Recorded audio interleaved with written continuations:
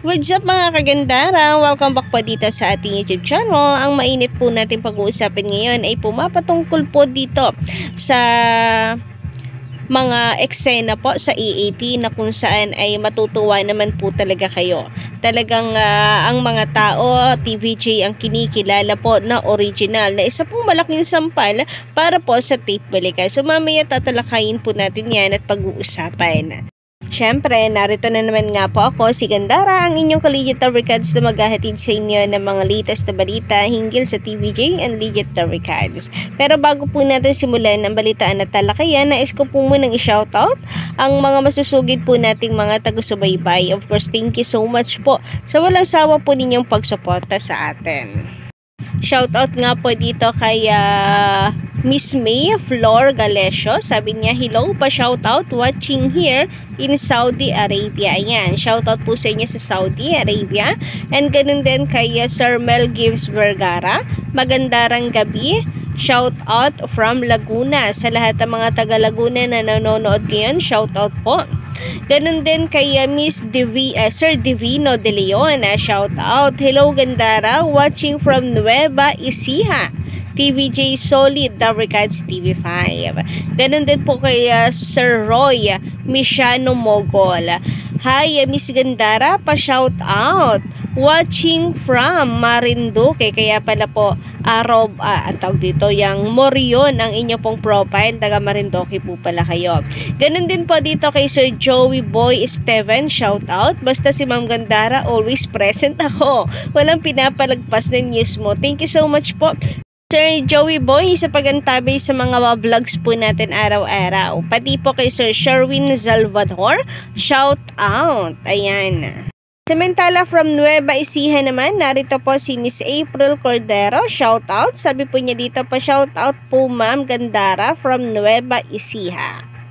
Ganon din naman po kina Miss Nina S, Ferdinand de la Cruz, Gomerico Mendoza, Aurora Tandok, Rodolfo Bautista, and Saad Manalo. Shoutout po sa inyo. Thank you so much sa inyo pong pagsuporta parate sa atin. Basta may kinalaman si TVJ and Legit Records, syempre sagot na po natin yan. Kaya naman kung hindi ka pa nakaka-subscribe, maaari mo pindutin ang subscribe button and notification bell para maging updated at una ka sa mga inilalabas po nating mga balita. And for today's video nga, ito po ang mga kaganapan kanina sa EAT. Thank you so much sa mga nanood pala kanina. Grabe, umabot po tayo ng mahigit 90,000 viewers po sa TV5 Philippines. Grabe, napakarami po natin na nanonood kanina ng EAT sa TV5. And eto nga, isa po dito sa kaganapan, etong si Kuya na kung saan ay kinikilala niya talaga and proud po siya na ang original pong Itbulaga ay walang iba po kundi ang TVJ and the Legit Records. So kanina ipinagsigawan nga po niya ang Itbulaga na siya, sobra pong nakakatawa, and thank you so much of course kay Kuya dahil sa pagkilala mo sa original. At talagang proud ka na isigaw ang Itbulaga. At Itbulaga. At hindi lang yan, dahil naglulusugan kayo, meron akong libreng.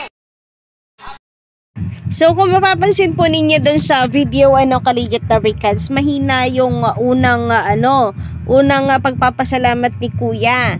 Yung maraming salamat, medyo mahina ang dating. Pero malakas na po nang banggitin po niya ang Itbulaga. Sobrang po nakaka-proud dahil meron pong mga contestant, meron pong mga tao sa barangay na proud po silang isigaw na Itbulaga kahit po sila ay nasa EAT. Kasi sabi nga po ni Bossing, ang kanilang titulo ay yung alam yung dapat na itawag sa amin. So since yan ang alam ng mga tao na itawag po dapat, sa TVJ ay pinagsisigawan po nila ang Itbulaga kasi yun po talaga ang kilala nila. Ang original na Itbulaga ay walang iba kundi ang TVJ and the Legit Records. Wala na pong iba. Kaya naman supalpal po sila ngayon dito kay Kuya. Kaya kahit anong sabihin at gawin ng kabila, hindi po obra yan sa mga collegiate Dabricans natin. Isa lang po ang malinaw sa atin kung sino ang tunay na EP. So, ano pa bang ipinagmamalaki nila na nasa kanila ang titulo ngayon? Na nasa kanila ang YouTube channel? Nasa kanila nga. Pero ang mga tao at supporters naman ay nasa TVJ, nagsilipatan, nagsialbalutan. So, wala pong natira sa kanila. Kaya ganito, parang pagdating po sa online views, parang gumagapang na nga lang po sila at hindi po makahabol-habol. Mabilis pa po ang pagong sa pag-unsad kesa po sa kanila. Kahit po million subscribers na po ang gamit po nilang YouTube account. Samantala, sabi naman po dito ng collegiate Dabricans natin na si Nathan Wayne De Vera, thanks Ate Dara, thank you po, love you. Kuya Wally, hinay-hinay baka mapamura ka na naman po. Tama, ang ganda ng sinabi ni Sir Jano Gibbs. Magising sana ang Tape Inc. halos-hos dahil hindi nila pakikinabangan ang titulong Itbulaga. Ngayon nga lang po, kahit nasa kanila ang titulo, kahit nasa kanila ang YouTube channel, wala po silang napapala. Kumbaga, wala pong pakinabang. Dahil ang tao ay nakatatak na po sa puso't isipan ang TVJ. Sabi naman ni Ms. Mendoza Jovi, if nasa advertisement at corporate sponsors yan, ay in the end, nasa advertisement at corporate sponsors yan. It's all about money.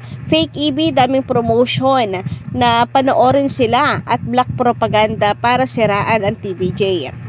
Sabi ng iba, live streaming does not count. Pero I think it counts. Yun din iniisip na advertisers. Dahil during the show, may placement ads at corporate sponsors. Kaya pag maraming online views, masaya ang advertisers at corporate sponsors. Totoo po yung tungkol sa online views. Kasi kapag alam po nila na malakas po ang tao, ultimo sa online, mapapanood naman nila kung sino po ang mga advertisers ng TVJ. Sino-sino ang mga company na sumama sa TVJ. So, malalaman pa rin po ng mga tao na nanonood online ang mga dapat na company suportahan nila, kagaya nitong Fiesta Gas. Marami na po ang gumagamit ngayon. Sa inyo po ba, naglipat na rin po ba kayo ng gamit-gamit po ninyo? So, kahit nanonood lang po tayo online, alam po natin kung ano yung mga product na dapat po nating suportahan dahil yan po ay advertiser ng TVJ. So, malaki rin po ang impact nun. Kaya pinipili pa rin ng advertisers ang TVJ kahit mahina po ang coverage nito sa TV5. Samantala, sabi naman ni Miss Catriela Marcia Tombok, tulungin po natin ang tunay na may-ari at nagpapakahirap para matulungan po yung maraming tao, lalo na po yung mga estudyanteng walang-wala. So, tinutukoy po niya dito ay ang TVJ Collegiate Dabricans. Sabi pa niya, unsubscribe po yung dating YouTube channel ng Itbulaga. Kawatan kasi ang Tape Inc. So, yun nga po ang nangyayari sa ngayon. And yan po yung komento ni Miss Catriel Marcia hinggil po sa ipinagmamalaki pong YouTube channel ng Tape Inc. na sila po ang may hawak na ngayon. Pero sa ngayon, katunayan po niyan ay pababa naman po ng pababa ang kanilang subscribers. And we're looking forward na umabot po ng 1 milyon ang mag-unsub po sa kanila para matauhan po sila na hindi porke nasa kanila na ang official YouTube channel ay panalo na po sila at magugustuhan na sila ng mga tao. Sabi naman dito ni Sermon Bere, wish ko maibalik YouTube channel ng TVJ sa TV5. EAT, sila ang tunay na Itbulaga. Ibalik ang titulo ng Itbulaga sa TVJ bago magpasko para lahat ng Dabricans ay masaya.